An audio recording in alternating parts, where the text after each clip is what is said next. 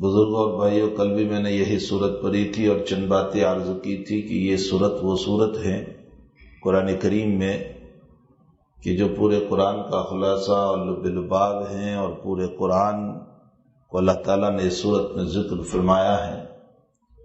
اور میں نے اس صورت کی ابتدائی آیت الحمدللہ رب العالمین سے متعلق چند باتیں عرض کی تھی، اور میں نے اس کی ضروری تشریح کو اس لیے مناسب سمجھا کہ یہ صورت ہم روزانہ ہر نماز میں ہر رکعت میں پڑھ رہے ہیں، لیکن اس کے مضامین پر غور نہیں کرتے، اس کے معانی پر غور نہیں کرتے، اور ایک صورت کو ہم سرسری طور پر پڑھ لیتے ہیں۔ اسی بنیاد پر ہماری توجہ اللہ کی طرف نہیں جاتی۔ ہمیں معانی کو سمجھنے کی ضرورت ہے، لیکن یاد رکھیں آج کل ایک مسئلہ بہت بڑا کھڑا ہوا ہے۔ بہت سارے لوگ یہ کہہ دیتے ہیں کہ قرآن کریم کو ویسے ہی پڑھنا بغیر معانی کے سمجھے ہوئے اس کی دنیا میں ضرورت ہی کیا ہے۔ مسئلہ یہ یاد رکھ لیں، معانی کو سمجھنا انتہائی ضروری ہے، اس میں کوئی شک نہیں، اس لیے کہ معانی کے سمجھنے سے انسان کا قلب اللہ کی طرف متوجہ ہو جاتا ہے۔ لیکن قرآن کریم ایک ایسی کتاب ہے کہ جس کے صرف حروف کو پڑھنے پر بھی ثواب ہے، اس کو صرف ویسے ہی پڑھنے پر بھی ثواب ہے۔ اسی لیے نبی کریم صلی اللہ علیہ وسلم کا ارشاد گرامی ہے، انا لا اقول الف لام میم حرف بل الف حرف ولام حرف ومیم حرف۔ میں یہ نہیں کہتا ہوں کہ الف لام میم یہ پورا ایک حرف ہے، بلکہ الف ایک حرف ہے، لام ایک حرف ہے، اور میم ایک حرف ہے، اور ہر حرف پر اللہ 10 نیکی عطا فرماتے ہیں۔ تو جس نے الف لام میم پڑھا اللہ تعالیٰ اس کو 30 نیکی عطا فرمائیں گے۔ اللہ کے نبی کی اس روایت پر اگر غور کیا جائے تو اللہ کے حبیب پاک صلی اللہ علیہ وسلم نے اگزامپل اور مثال کے لیے جس لفظ کو استعمال کیا الف لام میم، اس کا معنی کچھ نہیں ہے۔ آپ تمام تفسیروں کو اٹھا کر کے دیکھ لیجئے، الف لام میم کا معنی کچھ نہیں لکھا ہوا ہے۔ سارے مفسرین یہاں یہ کہہ دیتے ہیں اللہ اعلم بمرادہ، اللہ اس کے معنی کو خوب جانتا ہے۔ تو الف لام میم کا معنی کوئی نہیں جانتا۔ اللہ کے حبیب اسی سے مثال دے کر سمجھا رہے ہیں کہ اگر کسی نے الف لام میم پڑھا اللہ اسے 30 نیکی عطا فرمائیں گے۔ جس کا معنی نہیں ہوتا ہے اس پر 30 نیکی مل رہی ہے۔ معلوم ہوتا ہے معنی کو سمجھے بغیر پڑھیں گے تو بھی ثواب ملنے والا ہے۔ اس لیے یہ جو لوگوں میں خامخواہ کے لیے مشہور کر رکھا ہے کہ بھئی سمجھ کر کے پڑھے تو ہی فائدہ ہے اور نہ سمجھ کر پڑھے تو کوئی فائدہ نہیں، اس میں کوئی شک نہیں کہ قرآن کریم کو سمجھنے سے انسان کا دل و دماغ کھل جاتا ہے، انسان کو مزہ آتا ہے، انسان کو لذت آ رہی ہے، اور انسان جو ہے اس کی طرف دوڑتا ہے، جس کے معانی کو سمجھتا ہے، جس کے مطالب کو سمجھتا ہے اس کی طرف دوڑتا ہے۔ لیکن قرآن بے سمجھے پڑھے پر بھی یقیناً اللہ کی طرف سے ثواب ملتا ہے۔ حضرت الامام احمد بن حنبل رحمت اللہ علیہ نے اپنے رب کریم کو چند مرتبہ خواب میں دیکھا تو ایک مرتبہ سوال فرمایا، اب اللہ کو دیکھنا اللہ کی شان کے مطابق ہوگا، بہرحال ہمارے پاس نہ وہ آنکھیں ہیں، نہ وہ دل ہیں، نہ وہ عبادت ہے، نہ قرب ہے، نہ اللہ کا، ہم تو کیا ہے، ہماری نمازوں ہی میں اللہ کا استحضار نہیں رہا تو خواب میں دیکھنا تو بہت دور کی بات ہے۔ ہمیں تو اپنی نمازوں ہی میں اپنے رب کا استحضار نہیں ہے۔ ہمیں وہ مقامات کہاں نصیب ہو رہے، وہ مقامات ہمیں کہاں نصیب ہو رہے ہیں جو اللہ والوں کو نصیب ہوتے ہیں، جو اہل اللہ کو نصیب ہوتے ہیں، جو اہل تقوی کو نصیب ہوتے ہیں، جو صالحین کو نصیب ہوتے ہیں۔ علامہ شاذلی رحمت اللہ علیہ بہت بڑے بزرگ ہیں، آپ تعجب کرو گے کہ جلال الدین سیوطی رحمت اللہ علیہ کے شیخ ہیں، اور اس سے بڑھ کر آپ تعجب کرو گے کہ 1200 مرتبہ حضور پاک صلی اللہ علیہ وسلم کی زیارت ہوئی۔ ہمیں وہ مقام کہاں نصیب ہو سکتے ہیں؟ ہم تو اپنے اللہ کو ایسے بھول چکے ہیں کہ سبحان ربی الاعلیٰ پر بھی اللہ ہمیں یاد نہیں آتا۔ ایک جبرکار والی نماز ہے کہ گویا ایک سیدھی میرے اندر رکھ دی گئی ہے کہ میں نے اللہ اکبر کہا اور الحمدللہ رب العالمین میں نے پڑھ لیا، اور الرحمن الرحیم پڑھ لیا، اور اس کے ساتھ سورت پڑھ لی، اور اس کے ساتھ اور تخیلات کی دنیا میں مست ہوں۔ ادھر ایک ٹپڑکار چل رہی ہے میری زبان سے اور ادھر خیالات میں ہوں۔ سبحان ربی الاعلیٰ پڑھتے پڑھتے جو خیال چلا گیا تو سبحان ربی الاعلیٰ بھی بھول گئے، ہے نا؟ یہ ہماری نمازوں کا حال۔ سبحان ربی العظیم پڑھتے پڑھتے دنیا کے خیال میں مشغول ہو گئے تو وہ بھی پڑھنا بھول گئے. التحیات للہ والصلوات والطیبات بیٹھے ہی تھے اور کوئی خیال آ گیا، ہم تو التحیات پڑھنا بھی بھول گئے، درود شریف پڑھنا بھی بھول گئے. ہم تو اپنے رب کو ایسے بھول گئے، ایسے بھول گئے، ایسے بھول گئے ہیں کہ اس کا نام لے کر بھی وہ یاد نہیں آ رہا ہے. گویا نام ایک ٹیپریکار والا رہ گیا ہے، ایک سیدھی والا نام رہ گیا جو زبان پر چل رہا ہے. حقیقت یہ ہے کہ اللہ کا استحضار ہم کو نہیں رہا. اللہ کا وہ اولیاء اللہ، کیا بتاؤں میں ان اولیاء اللہ کی شان میں. ملا ہم تو رسمی علوم ہمارے پاس رہ گئے، سطحی علوم رہ گئے، اور دو چار باتیں ہم نے سن لی اور اس پر میں اپنے آپ کو علامہ کہہ دوں، ایسے مسئلے ہو گئے. ملا علی قاری رحمت اللہ علیہ نے شرح مشکات میں ایک حدیث نقل فرمائی ہے کہ جس وقت نبی کریم صلی اللہ علیہ وسلم کی دنیا سے روانہ ہونے کا وقت آیا اور رخصت ہونے کا وقت آیا، ایک کائنات برپا ہو گئی تھی، ایک کبھی طاری ہو گئی تھی. جبریل امین علیہ السلام تشریف لائے اور فرمایا، دبے دبے الفاظ میں فرمایا، یا رسول اللہ صلی اللہ علیہ وسلم، اللہ تعالیٰ نے آپ سے اجازت مانگی تھی کہ آپ دنیا میں رہنا چاہتے ہیں یا آپ آخرت میں آنا چاہتے. آپ نے فرمایا کہ میں آخرت میں آنا چاہتا ہوں، اپنے رب سے ملنا چاہتا ہوں. تو اسرائیل تشریف لے آئے ہیں، دروازے سے باہر ہیں اور اجازت مانگ رہے ہیں.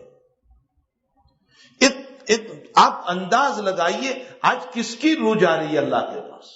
امام الانبیاء سرکار دو عالم صلی اللہ علیہ وسلم کی روح، جس سے متعلق قرآن یہ کہہ رہا ہے وَرَفَعْنَا لَكَ ذِكْرَكَ، اے میرے پیغمبر، وَرَفَعْنَا لَكَ، ترجمہ اس کا سمجھیے، میں تمہارے ذکر کو بلند کروں گا، یہ نہیں ہے وَرَفَعْنَا لَكَ ذِكْرَكَ، اے میرے پیغمبر میں نے تیرے ذکر کو بلند کر دیا، میں نے تیرے ذکر کو بلند کر دیا. حضرت موسیٰ علیہ السلام کو دعا کرنی پڑی کہ اللہ میں فرعون کی تبلیغ کے لیے جا رہا ہوں، تو میرے سینے کو کھول دے، رب اشرح لی صدری. اور یہاں میرے پیغمبر کو اللہ کہہ رہا ہے الم نشرح لک صدرک، میرے پیغمبر میں نے تیرے سینے کو نہیں کھول دیا. اللہ خود کہہ رہا ہے میں نے تیرے سینے کو کھول دیا. وَرَفَعْنَا لَكَ ذِكْرَكَ، میرے پیغمبر میں نے تیرے ذکر کو بلند کر دیا. ادھر داؤد علیہ السلام کو جب اللہ نے خلیفہ بنایا، فرمایا یا داؤد انا جعلناک خلیفۃ فی الارض فاحکم بین الناس بالحق ولا تتبع الہویٰ، اے داؤد تم زمین پر خلیفہ ہو، یاد رکھو خواہشات سے کوئی فیصلہ نہ کرنا، نفس سے کوئی فیصلہ نہ کرنا. اور ہمارے پیغمبر کو اللہ تعالیٰ کیا فرماتے ہیں؟ ما ینطق عن الہویٰ، میرا محبوب اپنی خواہش سے بولتا ہی نہیں. میرا محبوب اور میرا نبی اپنی خواہش سے بولتا ہی نہیں. وہ جب بھی بولتا ہے ان ہوا الا وحی یوحا، میری وحی سے بولا کرتا ہے. ہم نے آپ کے ذکر کو بہت بلند کیا. کیسے بلند کیا؟ اللہ نے فرمایا اذان مکمل نہیں جب تک کہ اشہد ان لا الہ الا اللہ کے بعد اشہد ان محمد رسول اللہ کا تذکرہ نہ ہو.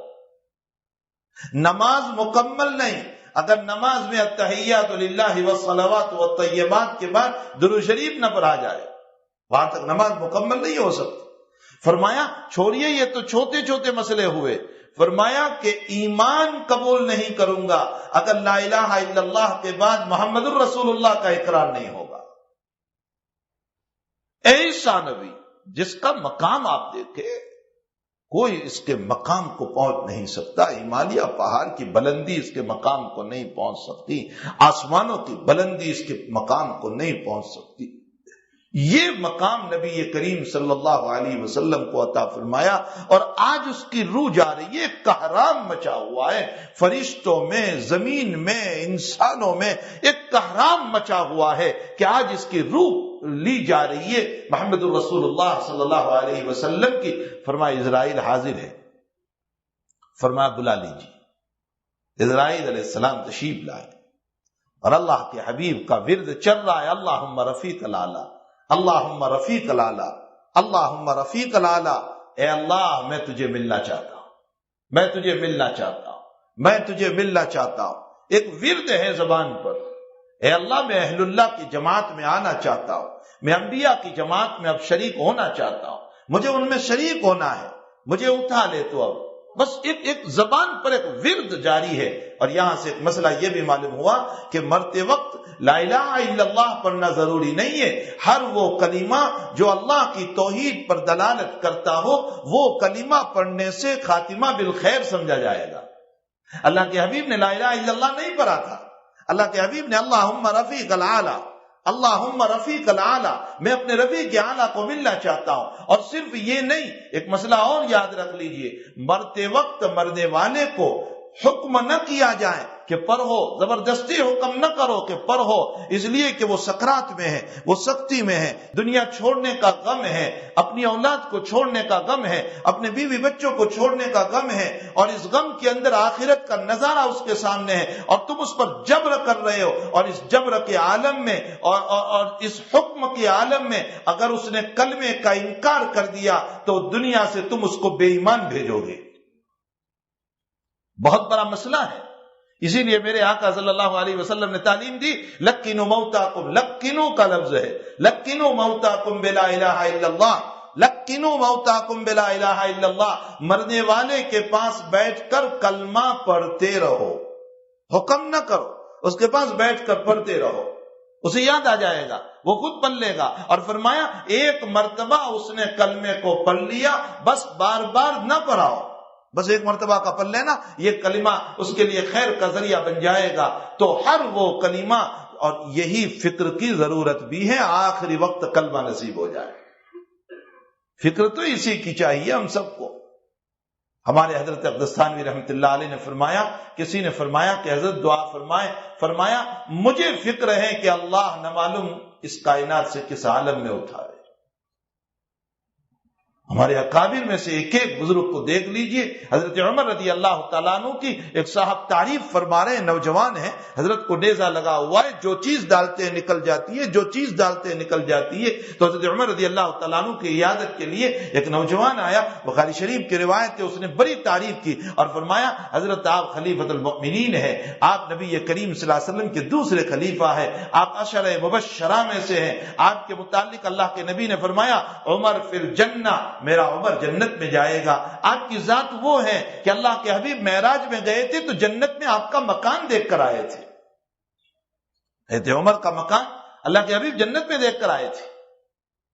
فرمایا آپ کا مکان جنت میں دیکھ کر کے آئے تھے، آپ کا اتنا اونچا مقام، اتنا اونچا مقام. میرے بھائیو، ان باتوں کو لذت کے لیے نہ سنو، ان باتوں کو لذت کے لیے نہ سنو، ان باتوں کو اس لیے نہ سنو کہ ایک جملہ کہہ دیا جائے واہ واہ بڑی اچھی تقریر ہو گئی. اس لیے نہ سنا کرو کہ رمضان کا ٹائم پاس ہو گیا، اس لیے نہ سنا کرو کہ بس ایک وقت گزاری ہو گئی. ارے اس لیے سنو کہ اکابر کی زندگی ہماری زندگیوں میں آ جائے. اس لیے ان باتوں کو سننے والے بنو. یہ قصے اور کہانیاں اور یہ باتیں اس لیے نہیں ہوا کرتی ہے.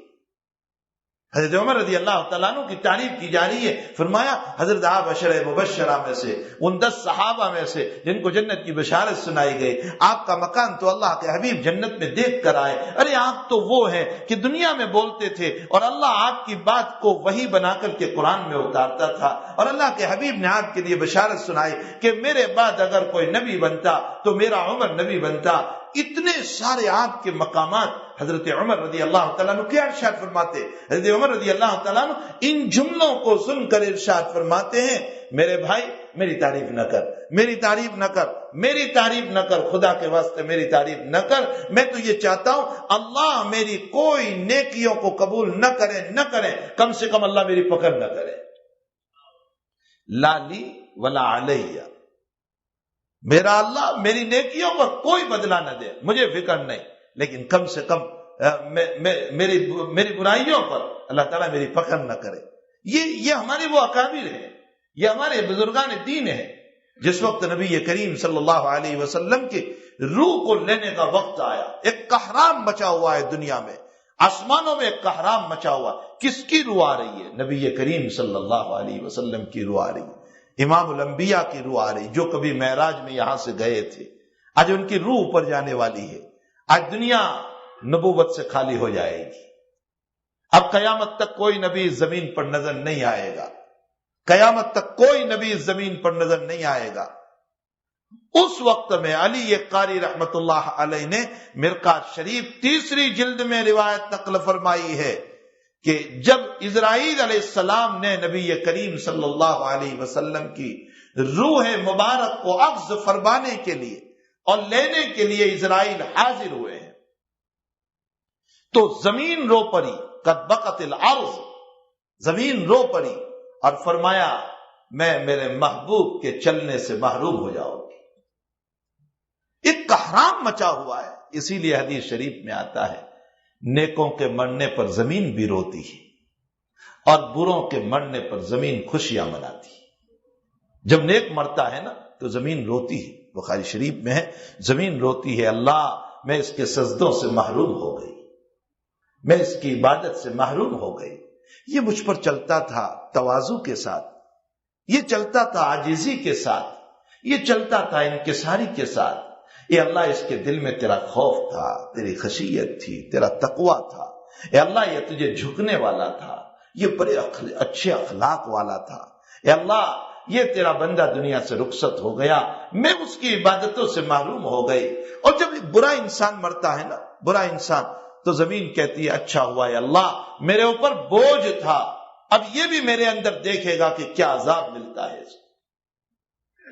اسی لیے بخاری شریف کتاب الجنائز کی روایت، اللہ کے حبیب پاک صلی اللہ علیہ وسلم نے فرمایا اپنی میت کو جلدی دفنا دو، اپنی میت کو جلدی دفنا دو، اس لیے کہ اگر وہ نیک ہے، صالح ہے، تو میت خود کہتی ہے عجلونی عجلونی، مجھے جلدی لے چلو، مجھے جلدی لے چلو۔ کیوں؟ اس لیے کہ اللہ کی رحمتیں میرا انتظار کر رہی ہیں، اللہ کی رحمتیں میرا انتظار کر رہی ہیں۔ اور فرمایا اگر برا ہوتا ہے تو وہ میت کہتی ہے مجھے کہاں لے چلے، مجھے کہاں لے چلے، جہاں تم مجھے ڈالو گے کہ میرے لیے عذاب ہے۔ اللہ کے حبیب فرماتے ہیں نیک ہیں تو اس کی منزل پر اسے جلدی پہنچاؤ تاکہ اللہ کی رحمت میں شامل ہو جائیں، اور اگر برا ہے تو پیغمبر کے الفاظ تو دیکھو، اس گندگی کو اپنے کندھوں پر کب تک لے کر چلتے رہو گے، پھینک دو اس کو۔ یہ اللہ کے حبیب پاک صلی اللہ علیہ وسلم کے الفاظ ہے جو میں نقل کر رہا ہوں، کوئی مولوی کے کلمات نہیں ہے، نبی کریم صلی اللہ علیہ وسلم کے الفاظ، حضور پاک صلی اللہ علیہ وسلم کے الفاظ ہیں۔ اور جب اللہ کے نبی کے الفاظ کی بات یاد آ گئی تو ایک بات عرض کروں، علامہ یافعی رحمت اللہ علیہ نے لکھا ہے کہ جس نے کلام رسول کا انکار کیا خطرہ ہے کہ مرنے سے پہلے کفر کی موت نہ مرے۔ علامہ یافعی رحمت اللہ علیہ کا یہ جملہ ہے، اور اگلا جملہ فرمایا جس نے عارفین، صالحین اور صادقین کا انکار کیا، فرمایا خطرے کی گھنٹی ہے کہ اس کے دل سے تقوی رخصت نہ ہو جائے۔ صوفیہ میں سے ہے علامہ یافعی رحمت اللہ علیہ، اور فقہا میں سے ہیں علامہ یافعی علیہ رحمہ، بہت بڑے آدمی ہیں۔ تو بہرحال جب نبی کریم صلی اللہ علیہ وسلم کی روح کے نکالنے کا وقت آیا تو قد بقت الارض، علی قاری فرماتے ہیں زمین رونے لگی، اے اللہ میں اپنے محبوب سے محروم ہو جاؤں گی۔ اب قیامت تک یہ زمین نبوت سے خالی ہو گئی، اب قیامت تک اس زمین پر کوئی نبی نہیں آئے گا۔ اسی وقت علی قاری رحمت اللہ علیہ فرماتے ہیں آخری روایت جو جبریل امین نے نبی کریم صلی اللہ علیہ وسلم کے سامنے نقل فرمائی، اور اللہ نے اس روایت کو القا فرمایا جبرائیل پر، اور جبرائیل نے تلاوت فرمائی حضور کے سامنے، اور اللہ کے حبیب نے سر ہلایا، چونکہ آخری وقت تھا، حضرت نے سر ہلایا۔ اور وہ روایت کیا ہے؟ ملا علی قاری نقل فرماتے ہیں اے زمین تجھے رونے کی ضرورت نہیں ہے، میں سلسلے نبوت کو ختم کر رہا ہوں، لیکن اس میرے محبوب کی امت میں وہ اولیاء پیدا کروں گا کہ جن کے قلوب انبیاء بنی اسرائیل کی طرح ہوں گے، جن کے دل جو ہیں وہ بنی اسرائیل کے انبیاء کی طرح ہوں گے، وہ قلوب لے کر کے اس سرزمین پر آئیں گے، اور یہ اولیاء قیامت تک رہنے والے، اور یہ زمین قیامت تک اولیاء اللہ سے بھری رہے گی۔ لا تزال طائفۃ من امتی منصورین علی الحق الی یوم القیامہ ولا یخافون لومۃ لائم لا تزال طائفۃ من امتی منصورین علی الحق الی یوم القیامہ ولا یخافون لومۃ لائم. قیامت تک ایک جماعت حق کا اس سرزمین پر ضرور رہے گی جو حق بات کو بیان کرتی رہے گی اور ملامت کرنے والوں کی ملامت سے نہیں ڈرے گی. کچھ شام کے حالات جو اس وقت نشیب و فراز اتار چڑھاؤ جو چل رہے، تو میں ابھی ایک کتاب ویسے ہی دیکھ رہا تھا تو اس میں میرے سامنے ایک روایت آئی. میں ویسے ہی کچھ لکھ رہا تھا، کچھ میں اپنے سفر میں بھی اپنی کتابوں کے دیکھنے کا معمول میرا رہتا ہے، تو میں کچھ ابھی اپنا کام کر رہا تھا. ابھی عصر کی نماز سے پہلے مشکات شریف کے ایک روایت سامنے آئی. حضرت علی رضی اللہ تعالیٰ عنہ سے کسی نے فرمایا کہ حضرت آپ شام والوں سے متعلق بد دعا فرما دیجئے. مشکات شریف پہ روایت، آپ شام والوں سے متعلق بد دعا فرما دیجئے. تو حضرت علی نے فرمایا میں شام سے متعلق بد دعا نہیں کر سکتا ہوں، اس لیے کہ میرے نبی سے میں نے سنا ہے کہ قطب اور غوث اللہ تعالیٰ قیامت تک شام ہی کی زمین پر رکھنے والا ہے. میں جب اس روایت کو پڑھ رہا تھا تو میرا ذہن تھوڑا سا اس طرف چلا گیا اور میں نے کچھ باتیں اس پر نوٹ کر لی. میں نے کہا کہ اس وقت جو حالات چل رہے ہیں اور ادھر حضرت علی کا جملہ اور روایت کا بیان کرنا، کہیں ایسا تو نہیں ہے کہ وہ غوث اور وہ قطب اور وہ اللہ والے، وہ نیک بندے جو سرزمین پر موجود ہیں، ممکن ہے کہ یہ حالات کچھ بھی ہو لیکن اللہ ان حالات کے بعد خیر کی لائن کھولنے والا ہو، اشاعت دین کی لائن کو کھولنے والا ہو، ایمان کو دنیا میں، اس لیے کہ یہ روایت مسلم ہے جو صحیحین کی روایت ہے. اور میرے نبی صاف طور پر یہ کہہ کر گئے کہ قیامت سے پہلے ایک دن وہ آئے گا کہ جس میں دنیا کا کوئی کچا مکان اور جھونپڑا اور کوئی پکا مکان اور بلڈنگ ایسی نہیں ہوگی جس میں محمد الرسول اللہ کو ماننے والا نہ ہو. یہ دن کب آئے گا؟ معلوم ہوتا ہے اس کے لیے کچھ نہ کچھ اسباب تو دنیا میں چلیں گے، لیکن ان اسباب سے پہلے حالات بھی ہوا کرتے ہیں. اور حالات قرآن کہہ رہا ہے ان مع العسر یسرا، پہلے اللہ سختی لاتا ہے پھر آسانیوں کو لاتا ہے، پہلے پریشانیاں لاتا ہے پھر دروازوں کو کھولتا ہے، پہلے مصیبت کو لاتا ہے پھر رزق کو اتارتا ہے، پہلے فتنوں کو لاتا ہے پھر نعمتوں کو اتارتا ہے. بخاری شریف کی روایت اس کی تائید کر رہی ہے، اور وہ اس طرح پر کہ اللہ کے حبیب ایک رات اٹھے اور فرمایا آج کی رات میں میرے اللہ نے فتنے بھی بہت اتارے، اور اس کے بعد فرمایا آج کی رات میں میرے رب نے رحمتیں بھی بہت اتاری. پہلے فتنے کا بیان پھر رحمت کا بیان. معلوم ہوتا ہے کہ فتنے پہلے آتے ہیں، رحمتیں بعد میں آتی ہیں. یہ ساری روایات کچھ اشارات کر رہی ہے.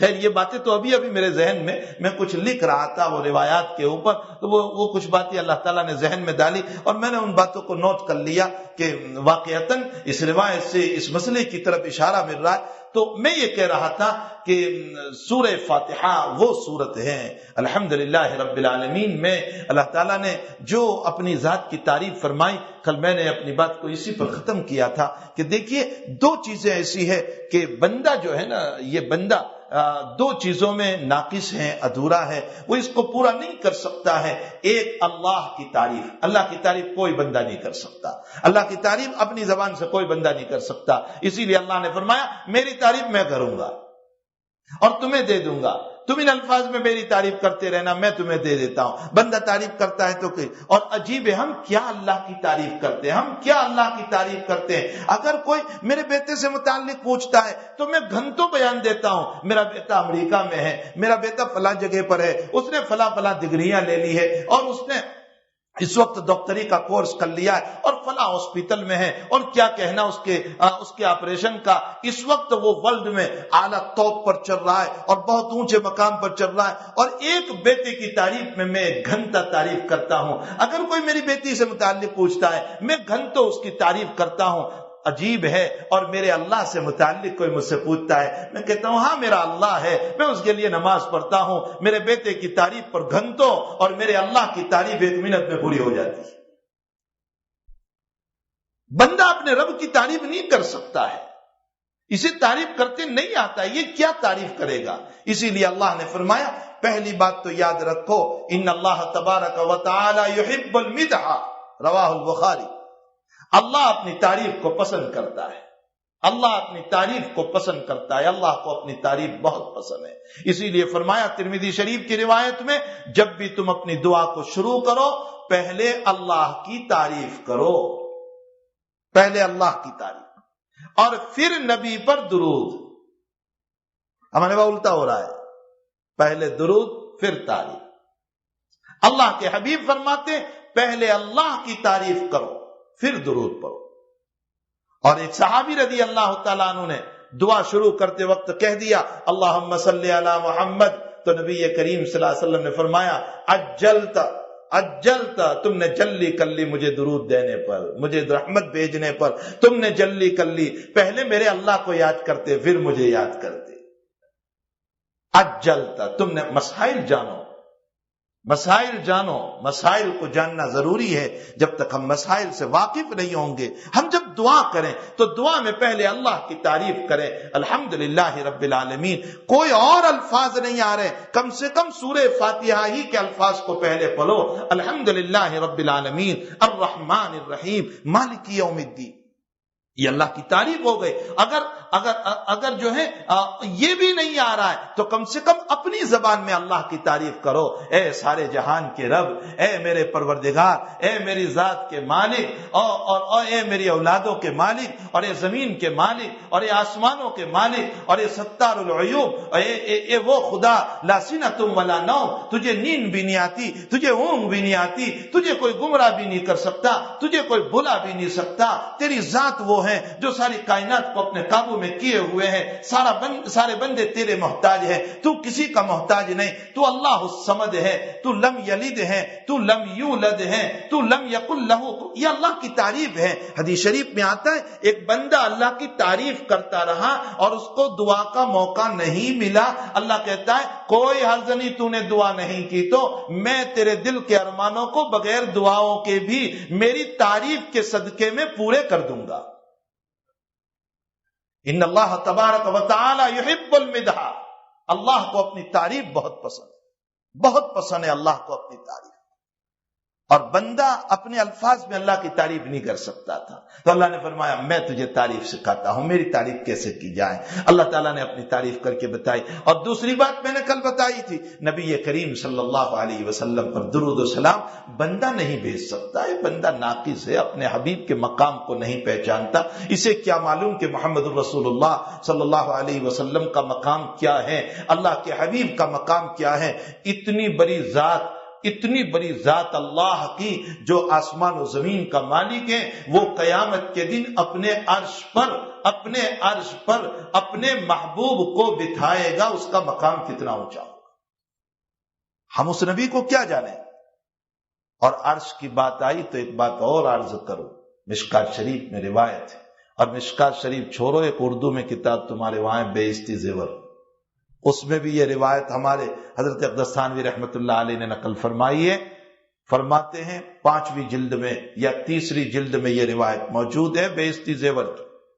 نبی کریم صلی اللہ علیہ وسلم فرماتے ہیں صائمین، روزے دار، اللہ تعالیٰ قیامت کے دن جب میدان حشر میں لوگ کھڑے ہوں گے تو اللہ روزے داروں کو اپنے عرش کے نیچے بٹھا کر کے کھانا کھلائے گا۔ قال رسول اللہ صلی اللہ علیہ وسلم عن ابی ہریرہ، فرمایا کہ اللہ تعالیٰ اپنے عرش کے نیچے بٹھا کر، حضرت اقدس تھانوی رحمۃ اللہ علیہ نے اس سے ایک مسئلہ نکالا، فرمایا کہ حشر میں جب سارے لوگ حساب کے لیے کھڑے ہو اور صائمین کو اللہ اپنے عرش کے نیچے بٹھا کر جب کھلا رہا ہے، اس کا مطلب یہ نکلا کہ اللہ ان کا حساب نہیں لے گا، مطلب ان کی ستاری فرما کر انہیں معاف کر دے گا۔ ان کی یہ مسئلہ اس سے نکلا۔ علم کوئی سرسری تھوڑا ہی ہے کہ میں سمجھ لوں اس قرآن اور حدیث کو، یہ تو اپنے اندر اللہ کے نبی کا کلام ہے۔ میں بار بار اس لیے توجہ دلا رہا ہوں، اللہ اور اللہ کے نبی کا کلام بہت گہرائی لیے ہوئے، اس کے اندر جو مسائل ہیں بہرحال اللہ تعالیٰ نے اپنی تعریف فرمائی، الحمدللہ رب العالمین، تمام تعریفیں اس رب کے لیے ہیں جو سارے جہان، جتنی دنیایں ہو سکتی ہے، جس کا پتہ مجھے ہو یا مجھے نہ ہو، ان تمام جہانوں کا وہ رب ہے۔ آگے فرمایا الرحمن الرحیم، الرحمن الرحیم، جو بہت رحم کرنے والا اور نہایت رحیم ہے۔ اب اس کی رحمانیت کو دیکھیں، کیسی رحم کرنے والا ہے، کیسا رحم کرنے والا ہے۔ یہ بندہ، اس بندے سے اللہ نے اس کی جان اور مال کو خرید لیا ہے۔ ہم میں سے کوئی آدمی اپنی جان اور مال کا مالک نہیں ہے، قرآن کریم میں ہے۔ اور اگر آپ نہ کہہ دے اللہ سے، ان اللہ اشتری من المؤمنین انفسهم واموالهم بان لهم الجنہ، ان اللہ اشتری من المؤمنین انفسهم واموالهم بان لهم الجنہ، بے شک میں نے انسان سے، مؤمنین سے، تمام انسان نہیں، مسلمانوں سے، مؤمنین سے اس کی جان اور اس کے مال کو خرید لیا، میں اس کے بدلے میں انہیں جنت عطا کروں گا۔ اللہ سودا کر رہا ہے ہم سے، تمہاری جان اور مال مجھے دو، میں اس کے بدلے میں جنت دوں گا۔ اب جس مومن کو چاہیے اللہ سے سودا کینسل کر دے، کہہ دے اللہ کو کہ میں اپنی جان اور مال تجھے نہیں دیتا ہوں، میرا سودا تجھ سے کینسل۔ اللہ کہے گا میری جنت بھی کینسل، پھر جہنم کفر کے لیے تیار ہے۔ سیدھا مسئلہ ہے۔ جب کسی سے ہم اپنے بزنس کو توڑتے ہیں تو سامنے والا کہتا ہے کہ اچھا ہماری پراپرٹی ہمیں واپس کر دو، ہم اپنی جنت کو واپس لے رہے ہیں۔ اور جنت کو واپس لینے کا مطلب ہی یہ نکلا کہ جہنم تیار ہے پھر تمہارے لیے۔ اگر تم اپنی جان اور مال کو مجھے دینے کے لیے تیار نہیں تو اس کا مطلب کس کو دو گے؟ خواہشات کے حوالے کرو گے، شیطان کے حوالے کرو گے، نفس کے حوالے کرو گے، دنیا کے جھوٹے معبودوں کے حوالے کرو گے، دنیا کے جھوٹے نبیوں کے حوالے کرو گے؟ اگر تم ان کے حوالے کر رہے ہیں تو کر دیجئے، پھر ہمارا سودا کینسل ہو رہا ہے، پھر میرے وہاں تمہارے لیے بھی جہنم ہے۔ تو اللہ نے ہم سے ایک سودا کیا ہے، اور یہ سودا قرآن میں اللہ نے بیان کیا کہ میرا تم سے سودا ہو چکا ہے۔ اچھا، جب اس ذات نے ہم سے سودا کر لیا، بہت غور سے سمجھے اس آیت کو، اللہ کیا کہنا چاہتا ہے۔ جب اللہ نے ہم سے سودا کر لیا کہ میں نے تمہاری ذات اور مال کو، تمہاری ذات اور تمہارے مال کو خرید لیا، تو اب جب اللہ نے خرید لیا تو میری ذات اور میرا مال میرا نہیں رہا، یہ تو اللہ کا ہو گیا نا، یہ تو اللہ کا ہو گیا۔ اور جب اللہ کا ہو گیا تو اب قانون یہ ہے کہ جو مال جس کا ہوتا ہے وہ اپنی ملکیت میں رکھ کر اس کو استعمال کرے گا۔ تو اب میری ذات پر اور میرے مال پر مجھے کوئی کنٹرول نہیں ہونا چاہیے، یہ تو سب اللہ کا ہو چکا ہے۔ وہ جس طرح چاہے اس کو خریدے، وہ جس طرح چاہے اس کو استعمال کرے، وہ جہاں چاہے لگا دے۔ یہی بات صحابہ سمجھے تھے، اس لیے اپنے آپ کو میدان جہاد میں شہید کر دیا۔ یہی بات تو صحابہ سمجھے تھے کہ ہماری جان اور مال کو اللہ نے لے لیا ہے۔ جب اس نے خرید لیا، اس نے لے لیا، اپنے قابو میں کر لیا، تو ہمارا بالکل ہمارا حق اب اپنی جان پر نہ رہا، اپنے مال پر ہمارا حق نہیں رہا۔ لیکن اللہ کہتا ہے چلو میرا ہونے کے باوجود میں تمہیں استعمال کی اجازت دیتا ہوں۔ کیسے رحم کر رہا ہے وہ؟ فرمایا تمہاری جان میری ہو چکی، میں چاہتا تو تمہیں 24 گھنٹے مسجد سے باہر نہ نکلنے دیتا، میں چاہتا تو میں تمہیں 24 گھنٹے مسجد سے باہر نہ نکلنے دیتا، لیکن میں نے کیا کیا؟ میں نے تم سے صرف نمازوں کے 5 وقت یعنی 2 گھنٹے تم سے لیے اور 22 گھنٹے تمہیں دے دیے۔ مال جان اس کی ہے، پھر بھی ہمیں استعمال کے لیے دے رہا ہے کہ جاؤ میں نے تمہیں دے دی، تم کاروبار کرو، تم کماؤ، تم حلال کی روزی کماؤ۔ میں چاہتا تو تم نے جو جمعہ کے دن عبادت کے لیے متعین کیا تھا، میں اگلی امتوں کی طرح 24 گھنٹے تم سے عبادت کے مانگتا، لیکن میں نے تم سے 24 گھنٹے نہیں مانگے۔ اذا نودی للصلاة من یوم الجمعہ فاسعوا الى ذکر اللہ وذروا البیع، اذان ہو جائے تو اذان سے لے کر ختم نماز تک میں صرف پونا گھنٹہ مانگ رہا ہوں، میں چاہتا تو پورے 24 گھنٹے مانگتا۔ اللہ کا رحم ہوا کہ نہیں؟ وہ کہہ رہا ہے اگر میں چاہتا تو جتنا کما کر لاتا وہ سب کا سب میں کہہ دیتا کہ کھانا آج کا رکھ لے، باقی سب میرے راستے میں صدقہ کر۔ ایک دن کا کھانا رکھ، باقی سب صدقہ کر، یہ مال تیرا نہیں ہے، یہ تو میرا ہے، آج فلاں غریب کو دے دے، فلاں غریب کو دے دے، فلاں غریب کو دے دے، یہ سب کو تو مال تقسیم کر، لیکن میں تجھے یہ حکم نہیں دے رہا ہوں، میں تجھے کہہ رہا ہوں کہ تو اپنے مال کو روٹین میں چلاتا رہے اور 1 سال تک چلاتا رہے۔ آج تو مالدار ہوا ہے، آج میں تیرے اوپر زکوٰۃ نکالنے کے مسئلے کو فرض نہیں کر رہا ہوں، 1 سال تک تو اپنے مال کو روٹین میں لاتا رہے، کاروبار کرتا رہے، اور کاروبار کرنے کے بعد جب تجھے اچھا خاصا نفع ہو جائے تو اب میں تجھے کہوں گا کہ تیرا خرچہ بھی اس میں سے بات کر، تیرے قرض کو بھی بات کر، تیری ضرورتوں کو بھی بات کر، اور ان تمام کو بات کرنے کے بعد اب جو بچے گا اس میں بھی پورا نہیں مانگتا ہوں، 40واں حصہ میرے راستے میں دے رہا۔ یہ رحمت ہوئی کہ نہیں؟ یہ اس کی رحمتیں ہیں۔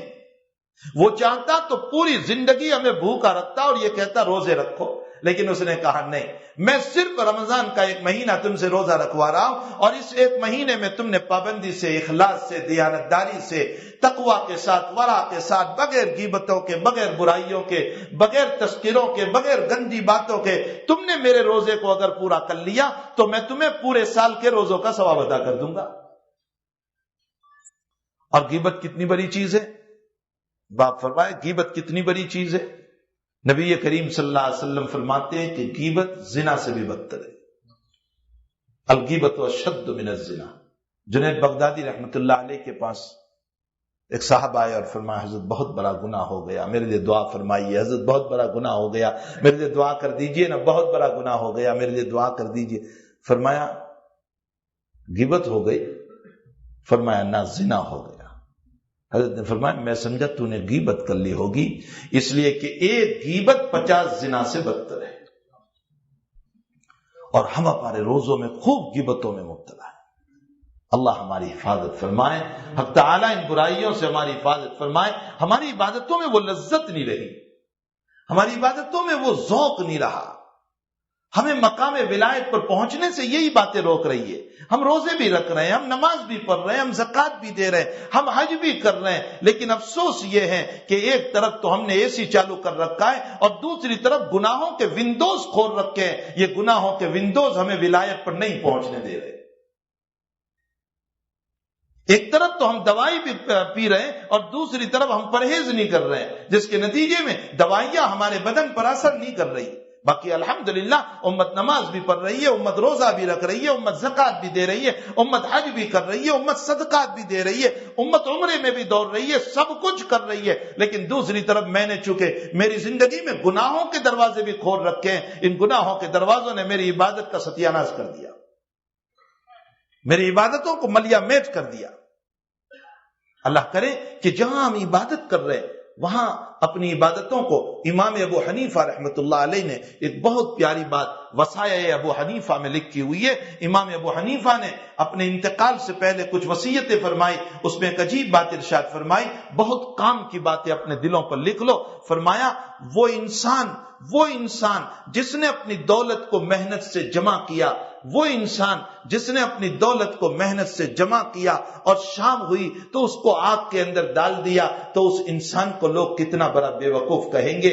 فرمایا آپ نے محنت سے اپنی عبادتوں کو جمع کیا اور پھر عبادتوں کو جمع کر کے کسی کی برائی کر کے اپنی عبادت کو اس کے حوالے کر دی، ہم سے بڑھ کر بے وقوف کون ہوگا؟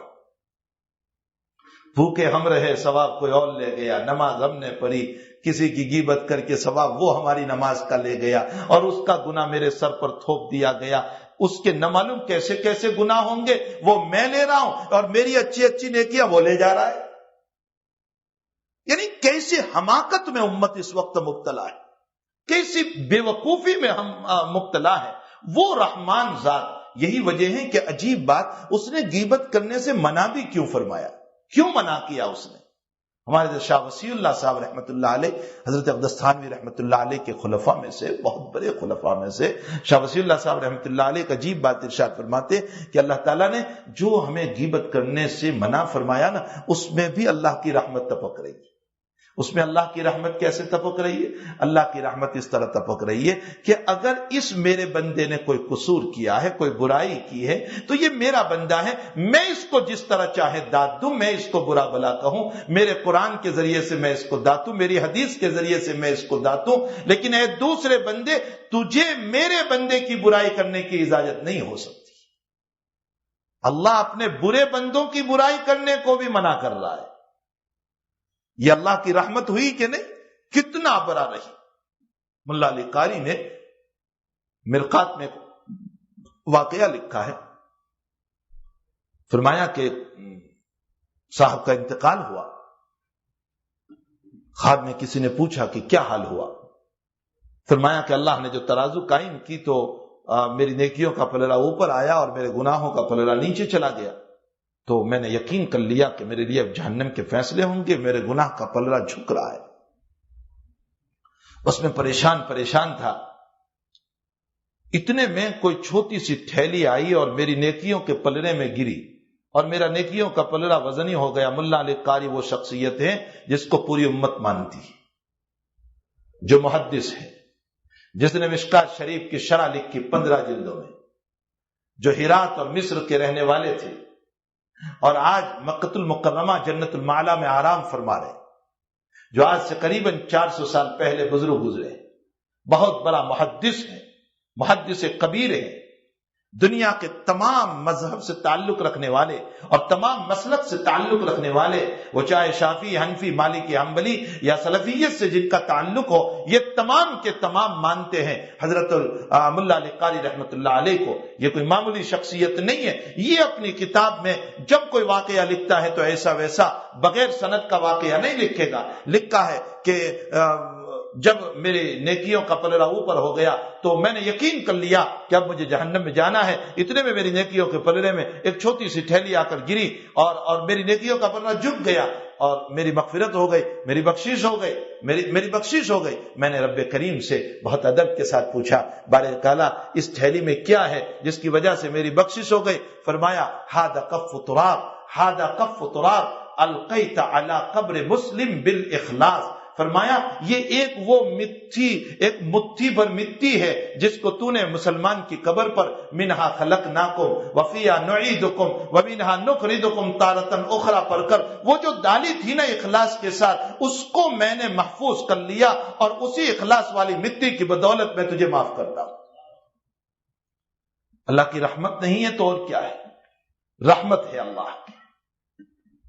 ہمیں کسی بھی عمل میں حقیر نہیں جاننا چاہیے کہ یہ جو مٹی ڈالنے کو سنت قرار دیا اس میں کیا ملے گا. حقیر نہ سمجھو، اسے معمولی نہ سمجھو. نہ معلوم کون سا عمل مومن کے ساتھ، حتیٰ کہ اگر کوئی مسلمان غمگین تھا، سنیے ایک بات. حضرت اقدس تھانوی رحمت اللہ علیہ فرماتے ہیں کوئی مسلمان غمگین تھا اور غم میں تھا، آپ ذرا اس کے پاس گئے اور اس کو دلاسی کی 2 بات کہہ کر، اس کو ہنسنے کی 2 بات کہہ کر، اس کو وقتی طور پر تم نے خوش کر دیا. فرمایا اللہ اس پر بھی تمہارے گناہوں کو معاف فرمائیں گے. حاجی امداد اللہ صاحب مہاجر مکی رحمت اللہ علیہ، حاجی صاحب رحمت اللہ علیہ بہت بڑے ہمارے اکابر کے سرخیل ہیں، بہت بڑے ہیں. حاجی صاحب رحمت اللہ علیہ فجر کے بعد بیٹھے ہوئے تھے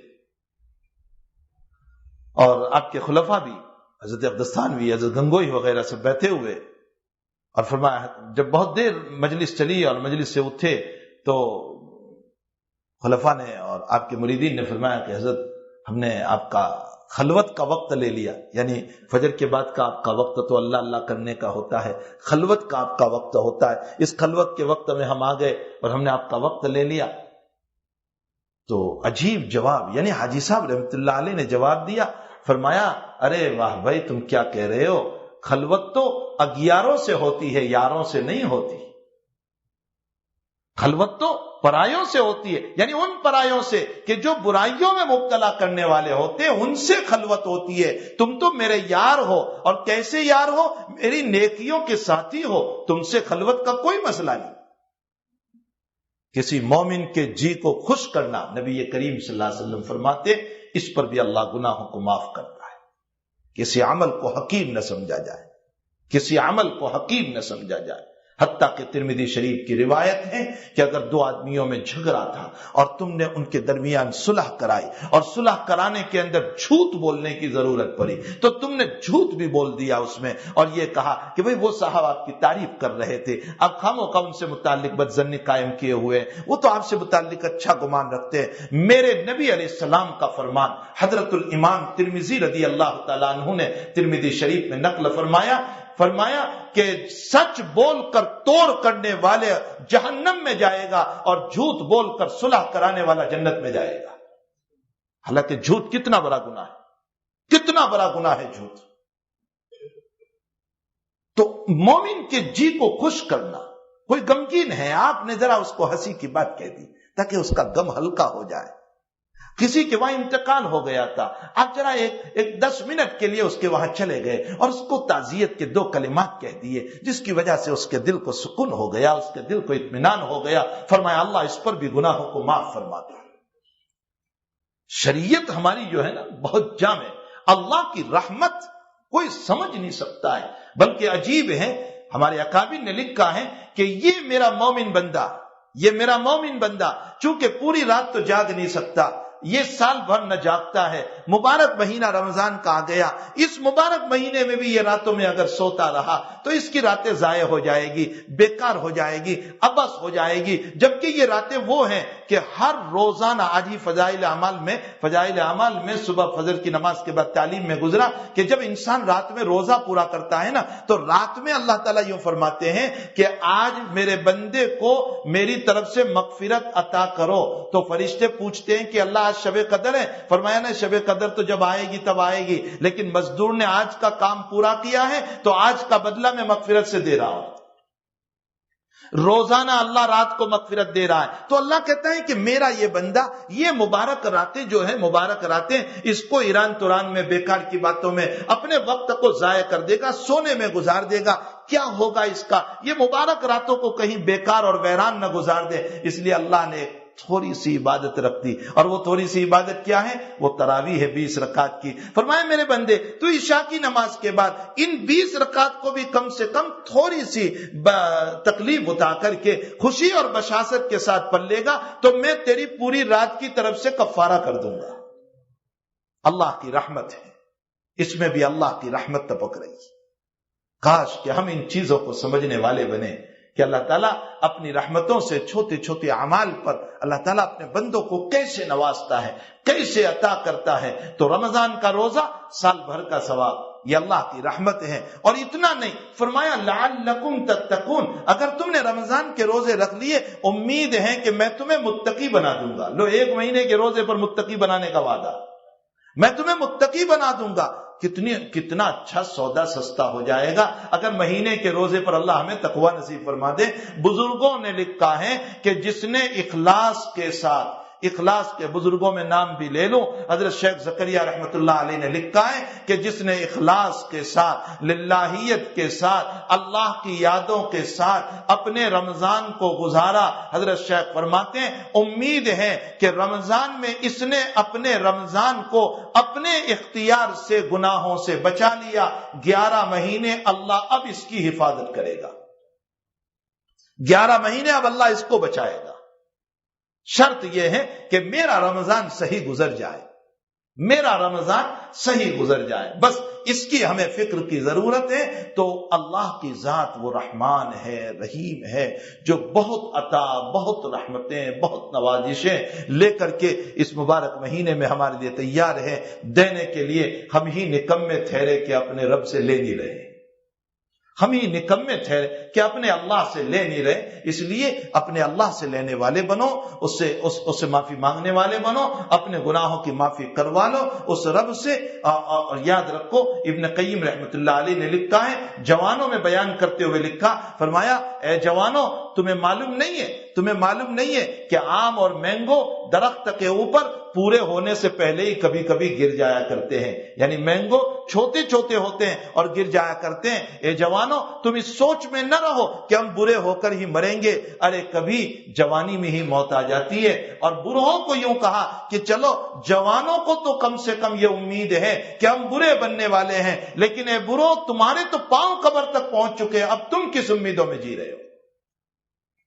جوانوں کو بھی تنبیہ، بوڑھوں کو بھی تنبیہ، جوانوں کو بھی تنبیہ اور بوڑھوں کو بھی تنبیہ۔ تو بھائی ہمیں چاہیے کہ ہماری رمضان کو ہم کھانے پینے سے لذت والی بنانے کے بجائے، ہماری رمضان کو ہم دنیا کی باتوں میں لذت والی بنانے کے بجائے، ہماری رمضان کو ہم ایران توران کے قصہ کہانیوں سے لذت والی بنانے کے بجائے کم سے کم اللہ کو راضی کرنے کے لیے تھوڑے سے اعمال بھی کر لیں، تھوڑے سے اعمال بھی کر لیں، اور خلوتوں میں، تنہائیوں میں، اپنے مکانوں میں، اپنے کمروں میں جب تنہائیوں میں آپ ہو تو ذرا سا لائٹ بند کر کے 2 منٹ کے لیے اپنے رب کے سامنے اپنے گناہوں کو یاد کر کے، اپنے گناہوں کو یاد کر کے 2 قطرے آنسو کے بہانے، خدا کی قسم وہ رب ایسا ہے کہ اگر باپ ناراض ہو جائے برسوں راضی نہیں ہوتا، اور بھائی ناراض ہو جائے تو کہتا ہے میرے جنازے کو ہاتھ نہ لگانا، اور بہن ناراض ہو جائے تو کہتی ہے میری دہلیز اور میرے دروازے پر قدم نہ رکھنا۔ اور وہ رب ایسا ہے کہ جو 65 سال کا گنہگار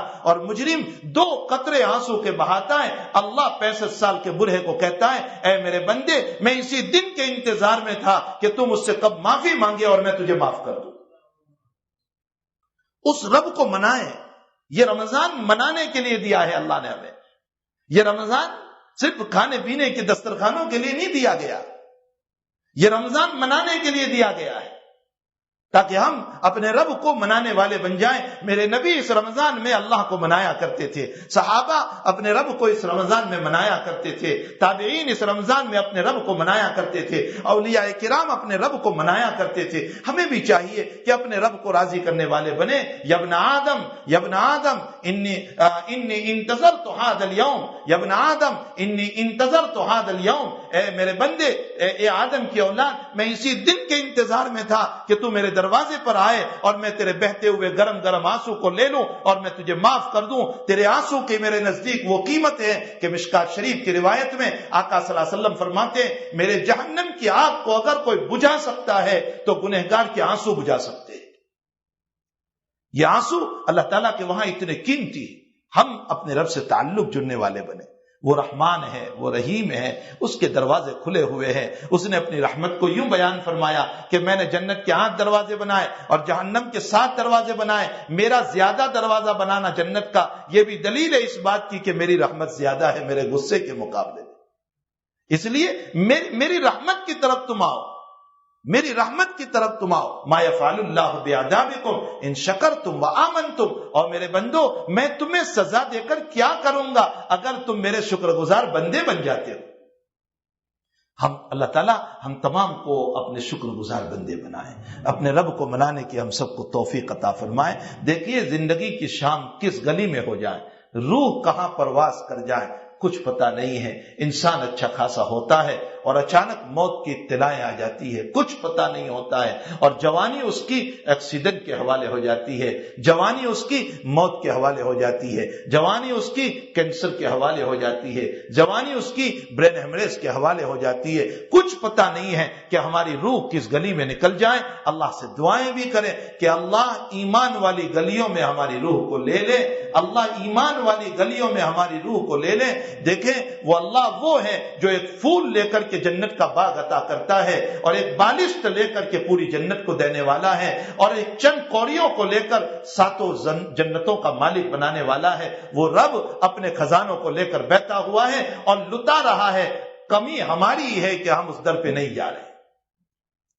اس لیے ہم اپنے مال کے ذریعے سے، اپنی جان کے ذریعے سے عبادتوں کا ذوق بنا کر اور اللہ کے راستے میں خرچ کر کے اللہ کی رضا اور خوشنودی کو لینے والے بنے۔ اللہ تعالی ہم تمام کو اللہ کی رضامندی کو لانے کی اور اس کے لیے جو اعمال ہے اس کو کرنے کی اللہ ہم سب کو توفیق عطا فرمائے۔ اللہم صلی علی سیدنا حبیبنا وشفیعنا وسندنا مولانا محمد وبارک وسلم۔ یا احد الصمد الذی لم یلد ولم یولد ولم یکن له کفوا احد۔ الحمدللہ رب العالمین والعاقبۃ للمتقین والصلاة والسلام علی سید الانبیاء والمرسلین وعلی آلہ وصحبہ اجمعین. اللہم صل علی سیدنا حبیبنا وشفیعنا وسندنا مولانا محمد مبارک وسلم. یا رب صل وسلم دائما ابدا علی حبیبک خیر الخلق کلہم. یا رب صل وسلم دائما ابدا علی حبیبک خیر الخلق کلہم. اے اللہ ہم سب کے گناہوں کو معاف فرما دے. اللہ ساری تعریفیں تجھے زیب دیتی ہے. اے آسمان و زمین کے مالک، اے سارے خزانوں کے مالک، اے سمندروں کے مالک، اے زمینوں کے مالک، اے فرشتوں کے مالک، اے ہماری ذاتوں کے مالک. اے اللہ تجھے نیند بھی نہیں آتی، تجھے اونگ کا جھونکا بھی نہیں آتا. اللہ تو ساری کائنات کو پکڑے ہوئے ہیں. میرے مالک تجھ پر موت بھی نہیں آتی. اے اللہ تو ہمیشہ سے ہے اور تو ہمیشہ رہنے والا ہے. اے اللہ تو اللہ الصمد ہے، تو لم یلد ہے، تو ولم یولد ہے، تو ولم یکن لہ کفوا احد ہے. اے اللہ تو ہماری جانوں سے بھی زیادہ قریب ہے. اللہ آپ ہمارے دلوں سے بھی زیادہ قریب ہے. مولا کریم آپ اپنے گنہگاروں کو معاف فرما دیجئے، اپنے گنہگاروں کو معاف فرما دیجئے، اپنے گنہگاروں کو معاف فرما دیجئے. اے اللہ بچہ جب گندگی میں ناپاک ہو جاتا ہے ماں پھینک نہیں دیتی. اے اللہ اس کو صاف کر کے اپنے سینے سے لگا لیا کرتی ہے. رب کریم آپ بھی ہمیں گناہوں سے صاف فرما کر اے اللہ اپنی محبت سے لگا لیجئے، اپنی رحمتوں سے لگا لیجئے، اپنی رحمتوں سے لگا لیجئے، اپنی رحمتوں سے لگا لیجئے. اے اللہ دنیا دھٹکار رہی ہے، آپ نہ دھٹکاریے. اللہ دنیا نکال رہی ہے، آپ نہ نکالیے. اللہ دنیا نکال رہی ہے، آپ نہ نکالیے. اللہ دنیا نکال رہی ہے، آپ نہ نکالیے. اللہ آپ کے بندے تو بہت ہو سکتے ہیں لیکن ہمارا رب تیرے علاوہ کوئی نہیں ہو سکتا ہے. تو ہی ایک رب ہے اللہ، تو ہی ایک رب ہے ہمارا. اے اللہ خوشیوں میں تو ہمارا ہے، غمیوں میں تو ہمارا ہے، بیماریوں میں تو ہمارا ہے. کوئی ہمیں مارتا ہے تو بھی تو ہی ہے ہمارے ساتھ. اے اللہ کوئی ہمیں لوٹتا ہے تو بھی تو ہی ہے ہمارے ساتھ. ساری دنیا ہماری پدائی کر رہی ہے پھر بھی اللہ ہم تو تجھ ہی سے بھیک مانگ رہے ہیں. اللہ تو ہی ہمارا ہے. اللہ تو اس ظلم سے ہمیں نکال دے، تو اس ظلم سے ہمیں نکال دے. اللہ تو اس ظلم سے ہمیں نکال دے. اللہ دنیا میں امن و امان قائم فرما دے، فتنوں کو ختم فرما دے، فتنوں کو ختم فرما دے، فتنوں کو ختم فرما دے. اللہ ہدایتوں کی ہوائیں چلا دے، ہدایتوں کی ہوائیں چلا دے، ہدایتوں کی ہوائیں چلا دے. الہ العالمین اللہ اس وقت بھی بڑے بڑے فرعون اور حامان اور قارون ہیں اللہ جو تیرے بندوں پر ظلم کر رہے ہیں. الہ العالمین مقدر میں ہدایت ہے تو عطا فرما دیجئے.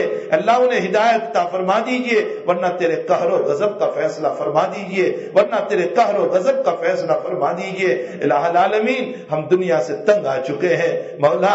ایک فقیر مانگتے مانگتے مانگتے مانگتے مسجد کے دروازے پر چلا آیا. وہ نابینا تھا، اسے نہیں پتا تھا کہ یہ مسجد ہے. کسی نے بتایا کہ یہاں کوئی نہیں ہے، یہ تو مسجد ہے. اس نے اپنا پیالہ توڑ دیا اور وہ مسجد میں آ کر سجدے میں گر گیا اور یہ کہا اللہ دنیا سے بیزار ہوں، تیرے گھر پہ آ چکا ہوں. اے اللہ تو میری جھولی بھر دے.